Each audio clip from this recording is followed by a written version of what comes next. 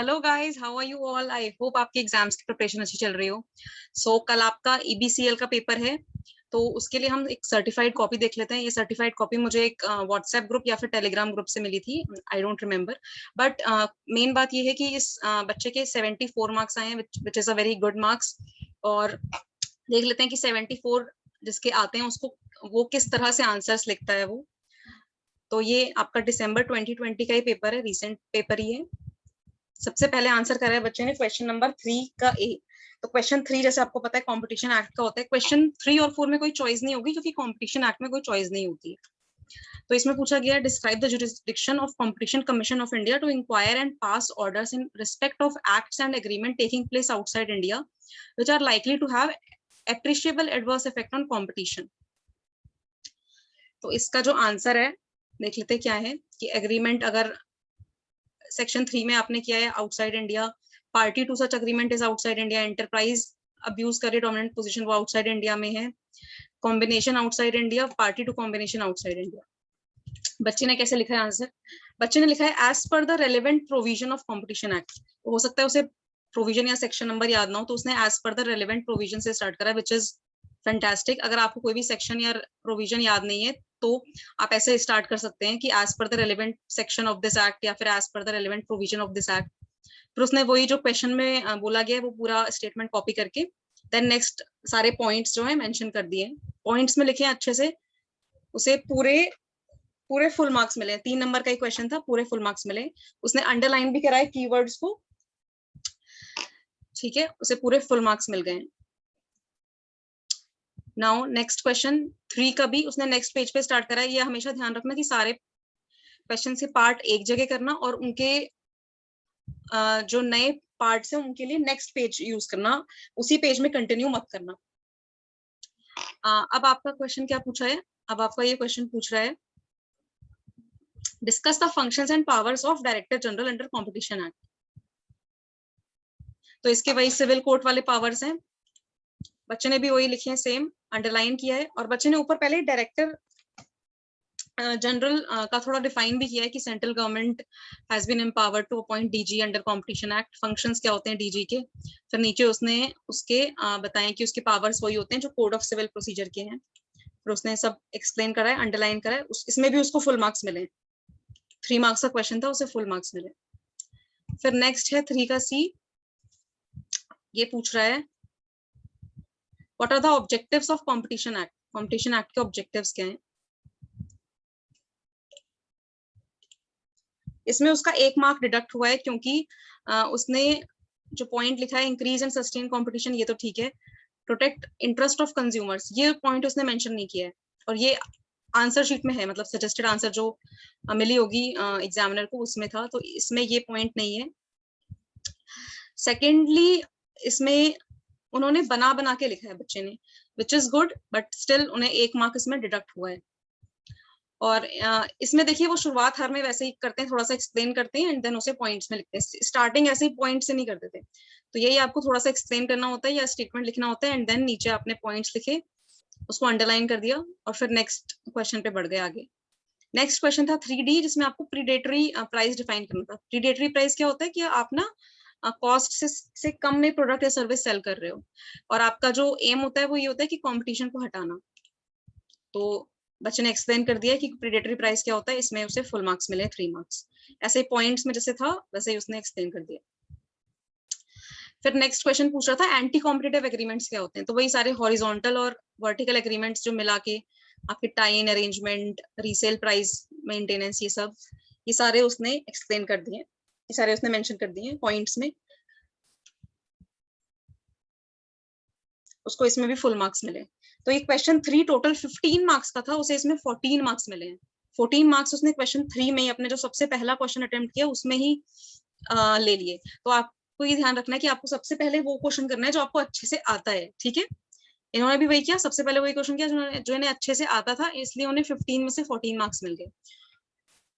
Next question इन्होंने 5 किया है। मेरे हिसाब से नेक्स्ट क्वेश्चन 4 ही करना था, या फिर अगर उन्हें उस समय रिकॉल नहीं हो रहा था तो उन्हें उसके लिए स्पेस छोड़ देनी चाहिए थी, क्योंकि क्या होता है कि सारे पार्ट्स के क्वेश्चंस ना आपको एक जगह करने चाहिए। जैसे पार्ट बी जो आता है उसमें दो क्वेश्चन होते हैं, क्वेश्चन 3 और 4। 3 तो इन्होंने कर दिया, 4 भी साथ में करना चाहिए, उससे क्या होता है इजी चेकिंग होती है और सारे पार्ट्स के जो क्वेश्चन है वो आपको एक जगह करने चाहिए और जो क्वेश्चंस के जो पार्ट्स होते हैं ना वो भी आपको एक जगह करनी चाहिए।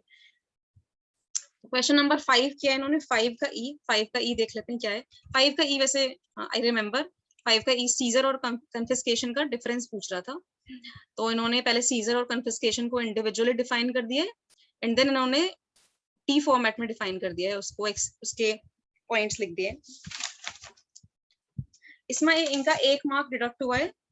अच्छा, इन्होंने पहला पॉइंट जो है वो सेक्शन का ही लिखा है, तो ये आप कर सकते हैं कि जब भी पॉइंट आपको कम आ रहे हो तो आपने सेक्शन लिख के एक पॉइंट को बढ़ा दिया, तो उससे क्या हुआ कि सीजर का सेक्शन 3 है, कन्फिस्केशन का सेक्शन 6 है एंड ऐसे फर्दर उन्होंने पूरा डिफाइन कर दिया टी फॉर्मेट में।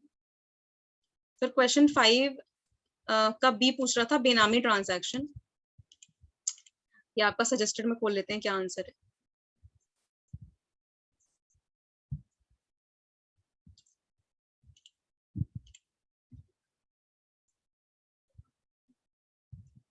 तो इसमें इनके 2 मार्क्स डिडक्ट हुए हैं। 4 मार्क का क्वेश्चन था, 2 मार्क्स मिले हैं, 2 इसलिए डिडक्ट हुए होंगे क्योंकि ना पॉइंट सिमिलर नहीं है। 2 पॉइंट्स तो ऊपर के सही है, जो नीचे के 2 पॉइंट्स है कहीं ना कहीं इससे मैच नहीं हो रहे सजेस्टेड से और गलत भी हैं।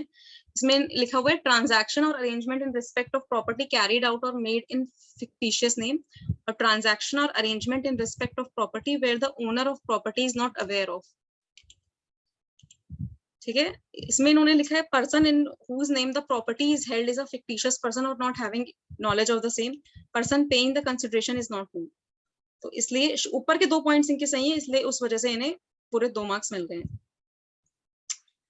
फिर नेक्स्ट इन्होंने आंसर किया 5 का ए। 5 के ए में इन्हें पूरे मार्क्स मिले।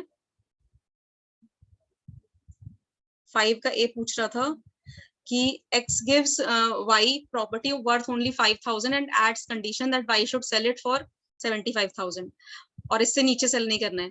और उन्होंने एक और और similarly x gives property to y worth 75,000 और उसको सेल करना है 2,000 की। तो क्या ये ट्रांसफर ऑफ प्रॉपर्टी एक्ट के हिसाब से बताना था कि क्या ये सही है, रेस्ट्रेंट जो लगाया है इन्होंने। तो ये सही नहीं है, ये इनवैलिड है, इन्होंने भी यही आंसर लिखा है। इसमें केस लॉ था, केस लॉ से रिलेट करके आंसर लिखना था, बट इन्हें केस लॉ याद नहीं था। और केस लॉ का नाम लिखना है जरूरी नहीं होता है, आपको उसका जजमेंट पता होना चाहिए या उसका जो कंक्लूजन है वो पता होना चाहिए। तो इसलिए इन्हें पूरे फुल मार्क्स मिले। पहले 3 मार्क्स मिले थे, फिर +1 हो गए क्योंकि उन्हें लगा होगा कि पूरे मार्क्स मिलने चाहिए, इसलिए फिर इन्हें पूरे मार्क्स मिले इस क्वेश्चन में। 5D क्या पूछ रहा है? Amit's son absconded. He sent Suresh his servant in search of boy. When Suresh had left, Amit by hand bills offered to pay 5,001 to anyone finding his son. Suresh found the son and after coming to know about the offer, claimed the amount. तो ये Lalman Shukla versus Gauri Dutta वाला question है। तो इसमें नहीं, वो claim नहीं कर सकता जो सुरेश है, क्योंकि उनको ऑफर के बारे में पता ही नहीं था जब उन्होंने एक्सेप्ट किया, तो इसलिए वो क्लेम नहीं कर सकता। तो hence claim raised bye Suresh is not tenable. पहले आपने उसको एक्सप्लेन कर दिया पूरा जो सिचुएशन पूछ रहा है एंड देन उसका जजमेंट लिख दिया कि hence claim raised bye Suresh is not tenable. इसमें उन्हें पूरे फुल मार्क्स मिले। इजी क्वेश्चन था। 5C ये पूछ रहा है shopkeeper sold a packet of pre-packaged chilies which does not bear the declarations required to be made by manufacturers on pre-packaged commodities. Whether shopkeeper has committed any act punishable under legal metrology act? हाँ, क्योंकि आपको mention करना होता है जो भी सारे उसके मेजरमेंट्स और वो सब होते हैं। और इसमें पेनल्टी भी लिखनी थी कि पेनल्टी हो सकती है not less than 50,000 but which may extend to 1 lakh rupees और imprisonment which may extend to 1 year और बोथ। इसमें उन्होंने पूरा लिखा है कि हाँ आपको यूनिट्स, वेट, मेजर्स ये सब मेंशन करना होता है, quality, quantity, date of manufacture, date of expiration. पर इसमें उन्होंने पेनल्टी नहीं लिखा है, मेंशन किया, बिकॉज ऑब्वियसली पेनल्टी इतनी सारी हो जाती है, लर्न करना मुश्किल हो जाता है। बट स्टिल उन्हें 3 मार्क्स मिले, 1 मार्क ही डिडक्ट हुआ है, पूरे 3 मार्क्स मिले और इन्होंने पूरा लिखा है कि हाँ वो जो ये ऑफेंस है बिकॉज उन्होंने मेंशन नहीं किया है वेट मेजर यूनिट्स वगैरह जो भी मेंशन करना होता है प्रोडक्ट में। सो इस पूरे क्वेश्चन में इन्हें मिले हैं, क्वेश्चन नंबर 5 में इन्हें मिले हैं 16 मार्क्स। कितने में से? 20 में से। 20 में से इन्हें 16 मार्क्स मिले हैं। तो देखिए इन्होंने जो शुरू के 2 क्वेश्चन किए इसमें इन्हें आउट ऑफ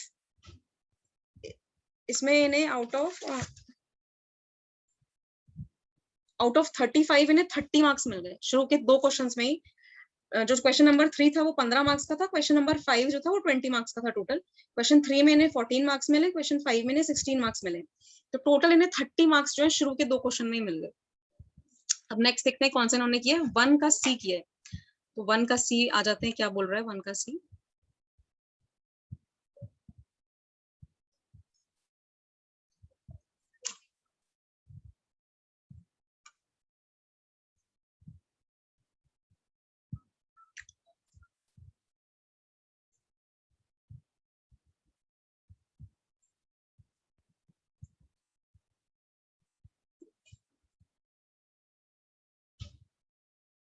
वन का सी बोल रहे हैं name any 5 permissible current account transactions made by individual under liberalised remittance scheme.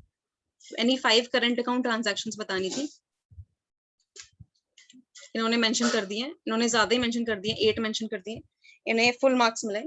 तो जब भी 4 5 पूछे ना आप 1-2 पॉइंट ज्यादा ही लिखा करो, बिकॉज अगर 1-2 गलत भी हो जाते हैं तो आपको फुल मार्क्स मिलते हैं, और अगर गलत नहीं सही भी होते हैं तो आपका एक इंप्रेशन अच्छा पड़ता है कि जितना पूछा है आपने उससे 1-2 पॉइंट ज्यादा लिखे। ठीक है,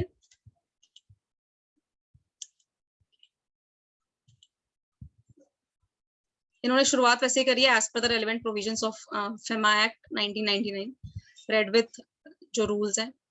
तो जो रूल्स अगर आपको याद है तो आपने साथ में लिख दिए, नहीं याद है तो आप स्किप भी कर सकते हैं। As per the relevant provision, as per the relevant section, या अगर सेक्शन याद है तो मेंशन कर दिया। ऐसे this is one of the way of starting a question. फिर है क्वेश्चन नंबर 1D। 1D क्या पूछ रहा है?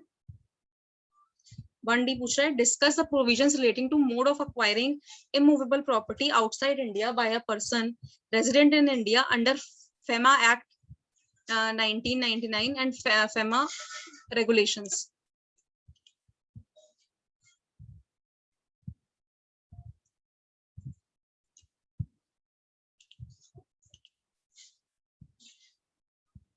इसमें इनका 1 मार्क डिडक्ट हुआ है, 5 मार्क का था, 4 मार्क्स मिले हैं। As per the relevant provisions of FEMA Act 1999 and FEM regulations, a person resident in India can hold, own, transfer, acquire immovable property situated outside India which was acquired by him। तो उन्होंने सारे points लिखे हैं। जो first point में 3 points थे इन्होंने break कर करके उसको लिख दिए, सेकंड और थर्ड भी, फोर्थ और फिफ्थ पॉइंट बन गए इनके, सही है, 4 मार्क्स मिले आउट ऑफ 5। जब कभी भी आपका क्वेश्चन पूरा सही भी होता है तो भी आपको 5 में से 4-3 ही मिलते हैं। ये रूल ही है कि आप कितना ही अच्छे से अच्छा भी क्वेश्चन लिख लो ना, बहुत कम आपको फुल में से फुल मार्क्स मिलते हैं। अदरवाइज 5 में 4 मिले या 4 में से 3 मिले, ऐसे मिलते हैं। तो इन्होंने फर्स्ट का डी कर दिया है, फर्स्ट का सी कर दिया है, बट फर्स्ट के ए और बी इन्होंने बाद में करे हैं। बट आपको सारे जो क्वेश्चन के पार्ट्स ना एक साथ ही करने चाहिए, और अगर सपोज आपको उस समय रिकॉल नहीं हो रहे तो उसके लिए आपने स्पेस छोड़ दी और फिर आगे बढ़ गए, बिकॉज इससे थोड़ा सा प्रॉब्लम हो जाती है चेकिंग करने वाले को, क्योंकि उसको बार बार आगे पीछे क्वेश्चन पेपर देखना पड़ता है, और फिर सारे जो मार्क्स हैं वो टोटलिटी में एक साथ नहीं आ पाते, इसलिए सारे आपको जो पार्ट्स हैं क्वेश्चन के एक जगह करने चाहिए। ठीक है, क्वेश्चन नंबर 1 का 1 किया है इन्होंने, क्वेश्चन नंबर 2A का 1 किया है। 2A का 1 क्या पूछ रहा है? ये पूछ रहा है explain briefly scope and procedure for compounding of contravention under FEMA act 1999।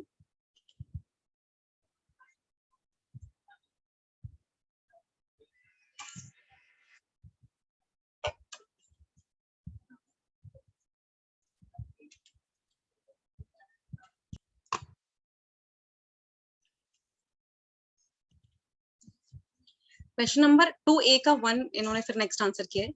उसमें क्या पूछ रहा है? उसमें पूछ रहा है explain Explain briefly scope and procedure for compounding of contravention under FEMA Act 1999.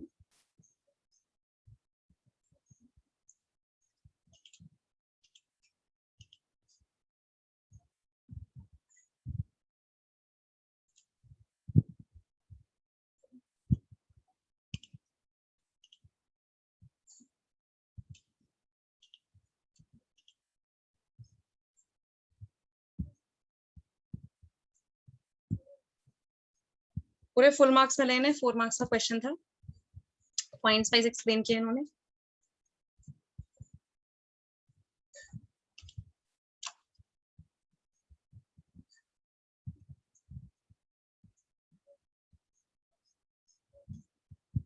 Question 2A का 2 पार्ट, बट इन्होंने कौन सा किया एक बार देख लेते हैं। इन्होंने किया 2A का 3। Discuss the categories of items which are not eligible for mercantile exports from India scheme under the foreign trade policy and procedure.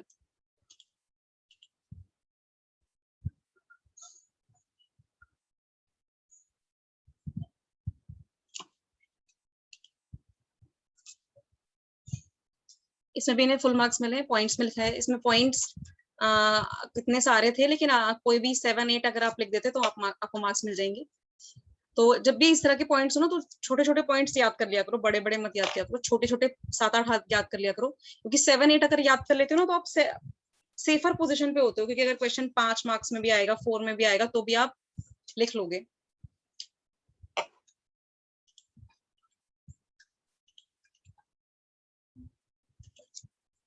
फिर उन्होंने किया है क्वेश्चन 2A का 4, इसमें भी इन्हें फुल मार्क्स मिले। Transaction which are prohibited under liberalised remittance scheme. Points में आंसर किए, सही आंसर किया, अंडरलाइन किया, 7 पॉइंट्स लिखे, 4 मार्क्स पूरे मिले।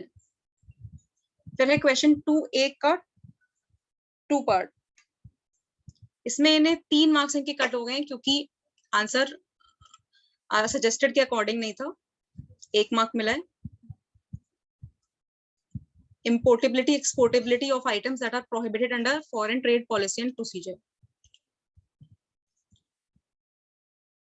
फिर है 2A का 5, इसमें भी इन्हें 2 मार्क्स मिले। 2A का 5 क्या पूछ रहा है, तो देखिए आपको ना स्टेप वाइज मार्किंग होती है, मतलब अगर आपने कुछ पॉइंट सही लिखे आपको उसके मार्क्स मिलते हैं, ऐसा नहीं है कि नहीं मिलते। इसलिए हमेशा मैं बोलती हूँ कि अगर आपको कभी कुछ नहीं भी आता हो तो कभी उसको अटेम्प्ट करके आया करो, because you get some marks. अगर कुछ आपने रेलिवेंट लिखा है आपको मार्क्स जरूर मिलेंगे। ये बोल रहा है discuss the functions of authority constituted under special economic zone, ये बताना था। 2 मार्क्स मिले हैं इन्हें। फिर उन्होंने किया 6A का सेकंड पार्ट,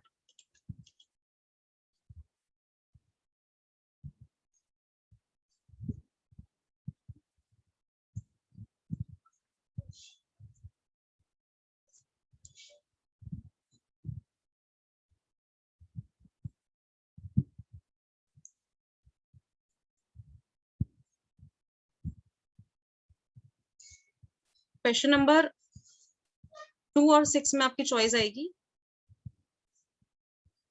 6A का second part, right conferred by section 53A of transfer of property act is available to defend and to protect possession but does not create any title.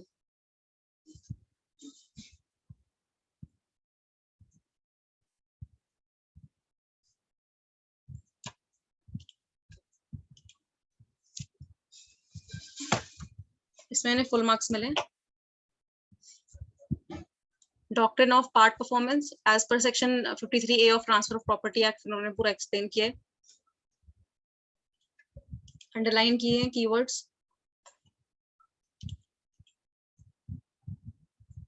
Question 6A का 5th part, promissory note के essentials पूछ रहा था। 7 points बताए हैं, पूरे full marks मिले हैं। सेक्शन 6A का 3, बेनामी ट्रांजैक्शन प्रोहिबिशन एक्ट, क्या क्वेश्चन था एक बार देख लेते हैं।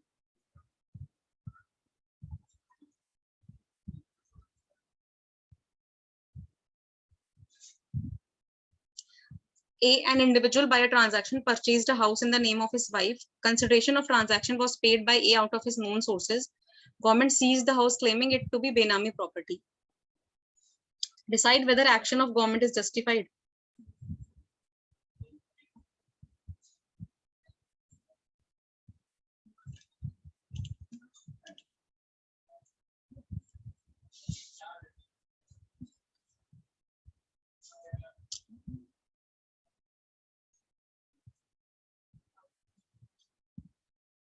As per the Benami Transaction Prohibition Act 1988, any transaction to which property is purchased in the name of or held and transferred to a person and consideration is paid by another person is known as Benami transaction.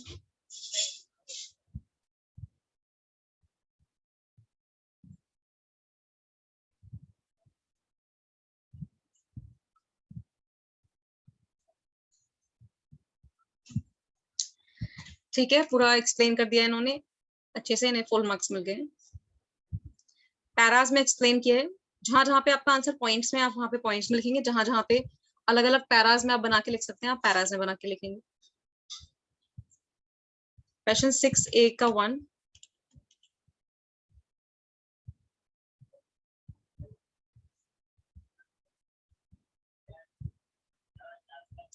what are the duties and functions of real estate regulatory authority?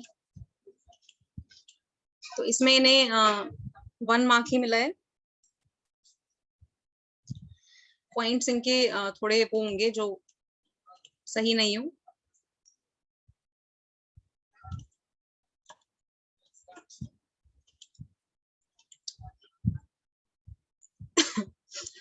फिर इन्होंने किया 4 का A part. 4 के A में इन्हें मिले 3 out of 5। 4 का A क्या पूछ रहा है?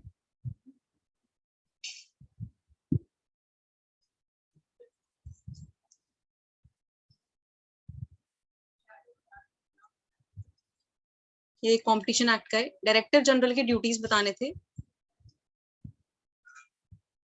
और पेनल्टी बतानी थी if a person fails to comply without reasonable cause with directions given by commission और डायरेक्टर जनरल।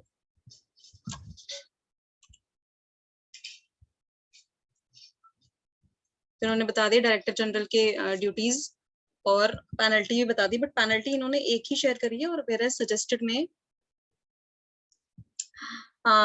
2 पेनल्टीज बताई गई हैं, सो इसलिए मार्क्स डिडक्ट हुए हैं। फिर उन्होंने किया 1 का A।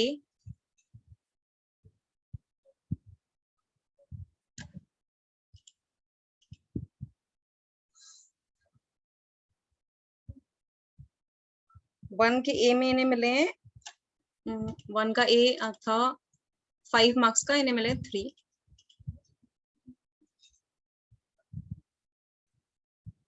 गाइस सारे पार्ट्स क्वेश्चन के एक ही जगह अटेम्प्ट करिएगा क्योंकि इसमें थोड़ी सी प्रॉब्लम हो जाती है फिर चेकर को, और ये आपके जो गाइडलाइंस होती है उसमें भी होता है कि सारे क्वेश्चन के जो पार्ट्स है ना वो एक जगह करना।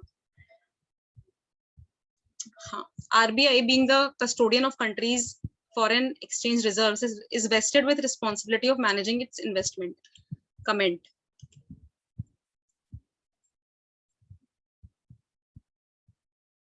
इन्होंने 6 पॉइंट्स लिखे हैं।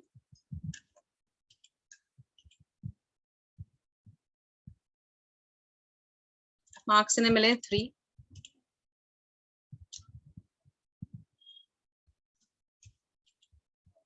फिर है 1 का B, circumstances in which foreign contribution regulation act does not apply। तो इसमें इन्हें मार्क्स नहीं मिले हैं क्योंकि ये क्वेश्चन पूछ रहा था कि किन किन ट्रांजैक्शंस पूछ रहा है, क्या किन किन सर्कमस्टांसेस में फॉरेन कंट्रीब्यूशन नहीं लगता, बट यहाँ पे इन्होंने ऑब्जेक्टिव्स बता दिए फॉरेन कंट्रीब्यूशन के। हो सकता है इन्होंने जल्दी जल्दी में क्वेश्चन सही नहीं पढ़ा हो या व्हाटएवर द केस में भी। नीचे भी इन्होंने सर्कमस्टांसेस भी बताए हैं डज नॉट अप्लाई, बट गलत बताए हैं, सो इसमें इन्हें मार्क्स नहीं मिले। देन क्वेश्चन है 6A का 4, इसमें इन्हें फुल मार्क्स मिले। जितने जितने 3 मार्क्स के क्वेश्चन है ना उसमें इन्हें जनरली देखा जाए तो पूरे पूरे मार्क्स मिले। मतलब ये कोई लॉजिक नहीं है, बट माइट बी सही हो रहे हो ना सारे? तो जितने 3 मार्क्स के क्वेश्चंस होते हैं मतलब उसमें मार्क्स गेन करना बेटर हो जाता है देन जो 5 या 4 मार्क के क्वेश्चन है, क्योंकि 3 मार्क के क्वेश्चन में कितने ही नंबर कटेंगे, तो इसलिए अगर 3 मार्क के क्वेश्चन में आप सही लिख रहे हो, रेलेवेंट लिख रहे हो, तो आपको मार्क्स मिल जाते हैं, पूरे 3 मिल जाते हैं इसमें, मतलब काटते नहीं तो 5 मार्क में क्या होता है या 4 मार्क में क्या होता है, अगर आपने अच्छा से अच्छा भी लिखा है तो एक नंबर कट ही जाता है कहीं कहीं।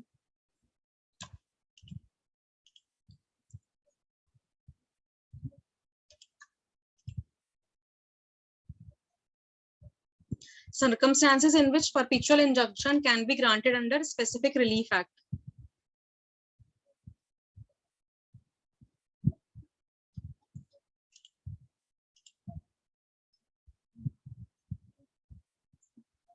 फिर है क्वेश्चन 4 का बी, इसमें इन्हें 1 मार्क मिला है, 5 मार्क का क्वेश्चन था ये।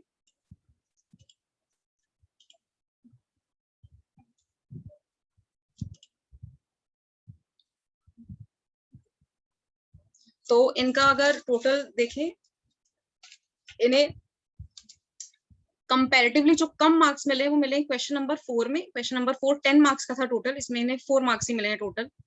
और क्वेश्चन नंबर 1 में 20 मार्क्स का था बट उसमें 12 मार्क्स मिले, तो इनमें इनके ज्यादा मार्क्स कट हुए हैं एज कंपैरेटिवली टू और क्वेश्चंस। बट ओवरऑल बहुत अच्छा पेपर इन्होंने अटेम्प्ट किया। बस एक चीज थी जो इन्हें सारे पार्ट्स एक जगह करने चाहिए थे, अदरवाइज इनका पेपर बहुत अच्छा था। तो इस तरह से पेपर लिखिएगा इस एग्जाम्स में, कोशिश कीजिए पॉइंट्स में लिखिए, रेलेवेंट लिखिए, जो क्वेश्चन आपको नहीं भी आता है तो बना बना के लिखिए।